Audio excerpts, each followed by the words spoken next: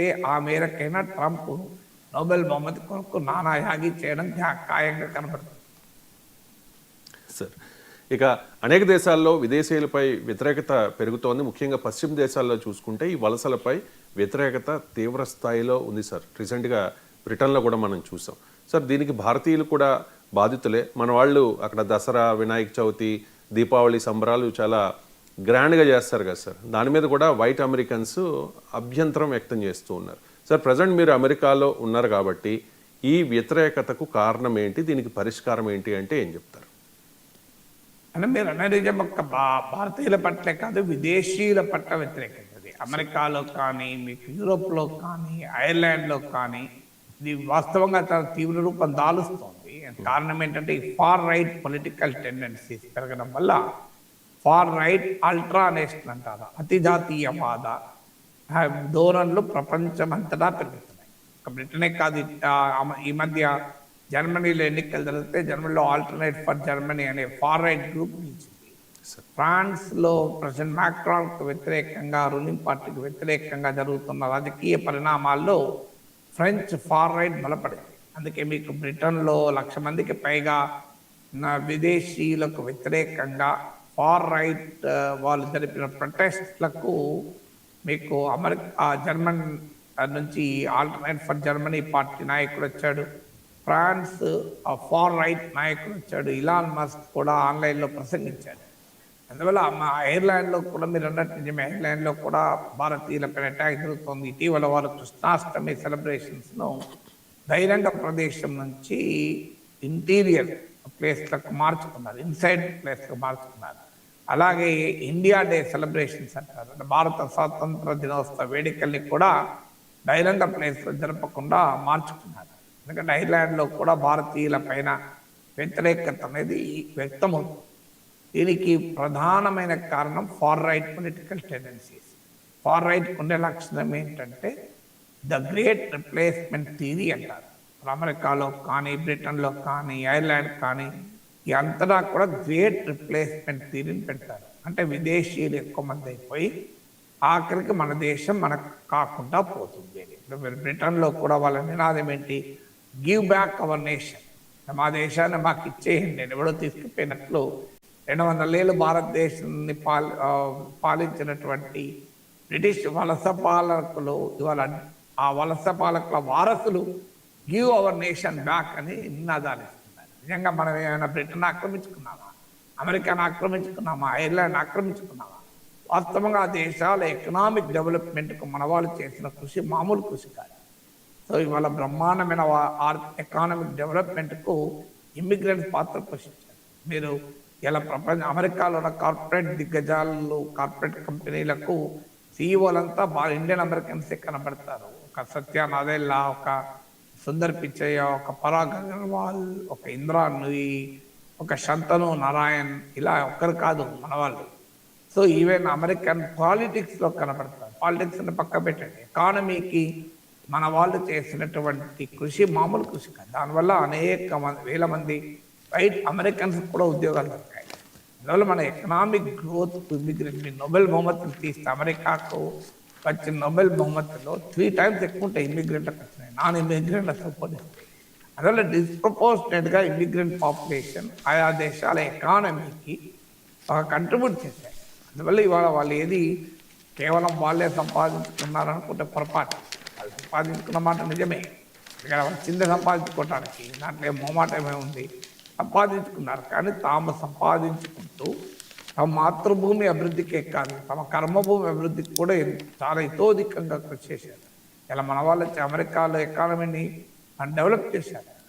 So అది కానీ ఈ ఫార్ రైట్ ఈ వాస్తవాన్ని గమనించకుండా గ్రేట్ రిప్లేస్మెంట్ థియరీ, దాని కొంత ఫ్యాక్ట్స్ నిజమే. వైట్ అమెరికన్ పాపులేషన్ కంపారిటివ్లీ 50 ఏళ్ల కింద ఉన్నంతగా ఇప్పుడు లేదు. నాన్ వైట్ పాపులేషన్ పెరిగిన మాట నిజం. కానీ వాళ్ళకి అర్థం కాని ఆ వైట్ వాళ్ళే అమెరికాకు వలస వచ్చిన వాళ్ళే, 400 ఏళ్ల క్రితం యూరోప్ నుంచి వలస వచ్చిన వాళ్ళే.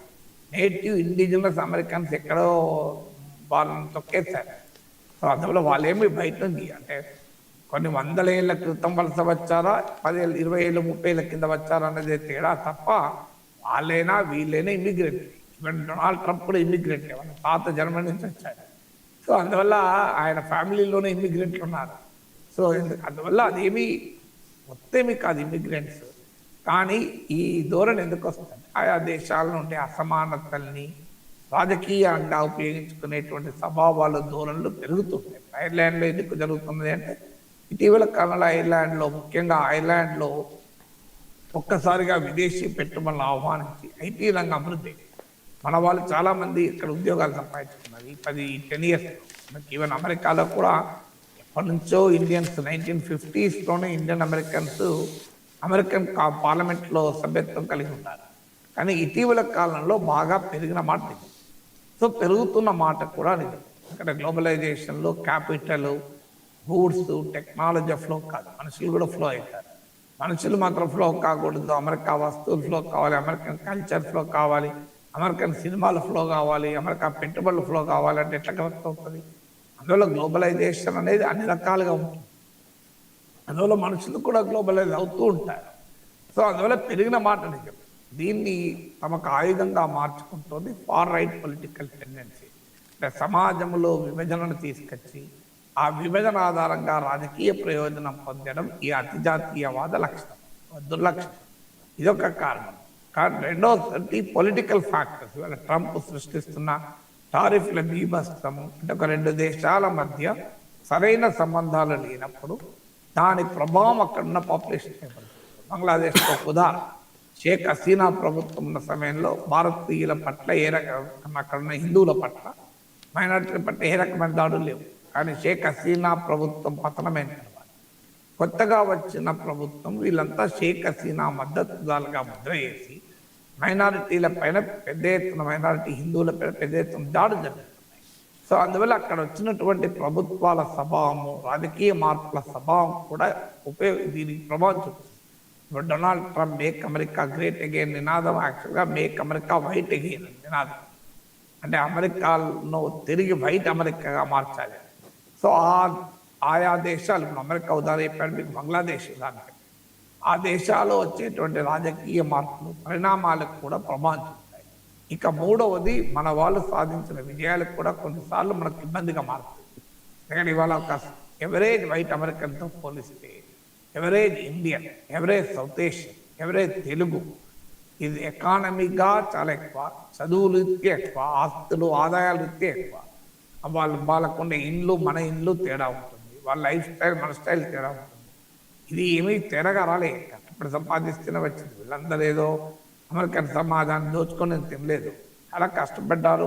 స్థానిక అమెరికన్ల కన్నా కూడా కష్టపడ్డారు, సంపాదించారు కూడా. సంపాదనల ద్వారా ఆయా ప్రాంతాల అభివృద్ధికి కూడా దోహదం చేశారు. కానీ ఇది గమనించకుండా చూడు మాకన్నా బెటర్గా వీళ్ళ లైఫ్ ఉంది, మాకన్నా మంచి కార్లు ఉన్నాయి, మాకన్నా మంచి చదువులు ఉన్నాయి, మాకన్నా మంచి ఆస్తులు ఉన్నాయి, మంచి ఇల్లు ఉన్నాయి అనేటువంటి ధోరణి కూడా పెరుగుతుంది. ఈర్ష, ద్వేషం అంటారే, దానికి రాజకీయం కూడా నారు పోస్తుంది. ఇక దానికి తోడు మన వారి ప్రవర్తన కూడా కొన్ని సందర్భాలు ఇబ్బందిగా మారుతున్నమా నిజం. ఎందుకంటే ఇటీవల మీకు డాలాస్లో, ఆస్టిన్లో, అనేక అమెరికన్ సిటీస్లో కూడా ఈవెన్ సోషల్ మీడియా గ్రూపులో కూడా పెద్ద చర్చనీయాంశమే. ఇంకా మా కమ్యూనిటీలో ఇలా డామినేట్ చేస్తున్నారు, మా కమ్యూనిటీలో ఇలా డామినేట్ చేస్తున్నారు.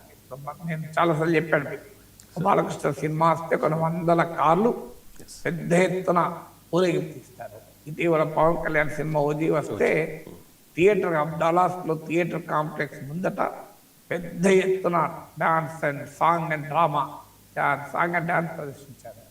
నిజమే, తప్పేమీ ఉందా అంటే తమ ఆనందాన్ని అలా ప్రదర్శించుకున్నారు. కానీ అలా ప్రదర్శించుకునే సమయంలో ఒకటి ఆలోచించాలి, మనము దేశం కాని దేశంలో ఉన్నాం, ఇక్కడ కూడా ప్రజలు ఉంటారు, వేరే అనేక దేశాల నుంచి వచ్చిన వాళ్ళు, వారికి డిస్టర్బ్ కాకుండా మనం ఏం చేయాలి?